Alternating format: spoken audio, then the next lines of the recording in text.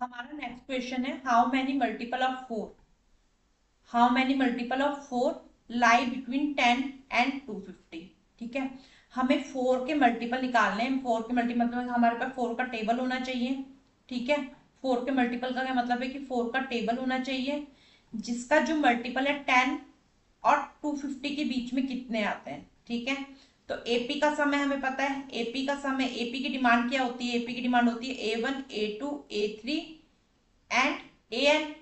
ठीक है, तो उन्होंने पहला हमें बता दी कि 10 से ऊपर, तो आपने ये 10 को अपने माइंड में रखना है। ठीक है, और हाउ मैनी का क्या मतलब है? हाउ मैनी का मतलब है एन।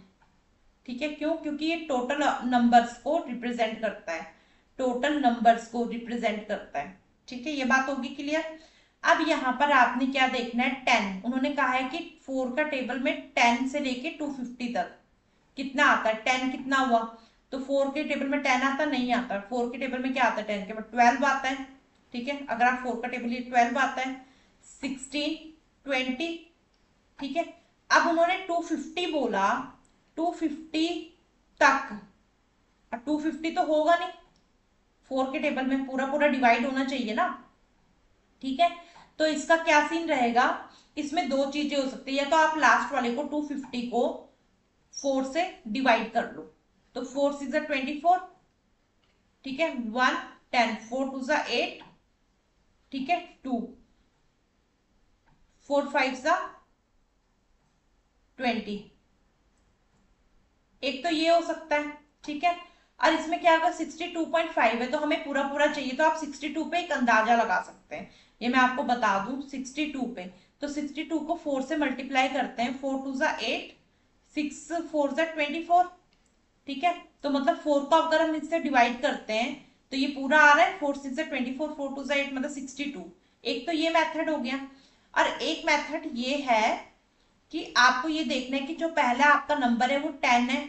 10 के बाद आपका दूसरा डिजिट कब आया है? 10 के बाद 12 कब आया है? 2 डिजिट के बाद। 10 के बाद 12 कब आया है? 2 डिजिट के बाद। इसको तो हम काउंट करेंगे 2 डिजिट के बाद। तो मतलब 250 में आप अगर 2 माइनस कर दें, 250 में आप अगर 2 माइनस कर दें, मल्टीपल का कोई भी क्वेश्चन आता है आप इस तरीके से कर सकते हैं। 10 में से 2 गया 8, 4 2, 248 आ गया ना, 248 आ गया। ठीक है, ये चीज आपकी क्लियर होगी होगी। ठीक है, तो हमारे पास लास्ट एपी क्या है? हमारे पास लास्ट एपी है 248। हमारे पास लास्ट एपी क्या है? 248। ठीक है, अब उन्होंने एन पूछा है, तो मतलब हमारे पास A1 आ गया, A2 आ गया, A3 आ गया और AN आ गया।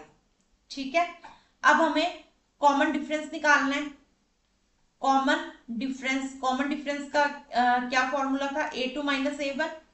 A2 माइनस A1, तो 16 माइनस 12, तो 4। तो D क्या आया हमारे पास? 4।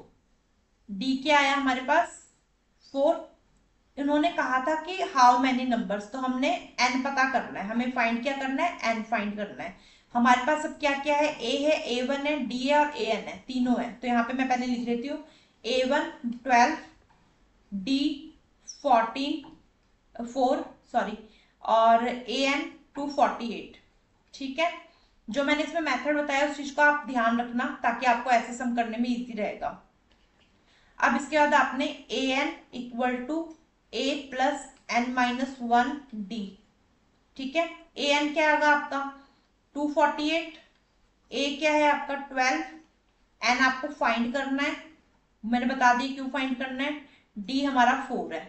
ठीक है, अब इसके बाद हमने क्या किया? 248 minus 12 equal to n minus 1 and 4। ठीक है, 8 में से 2 गया 6, 4 में से 1 गया 3, 236। ठीक है, ये 4 हम इधर लेके आ गए। अब इसको डिवाइड कर लेंगे n-1। ठीक है, ये मैं यहीं साइड पे कर लेती हूँ।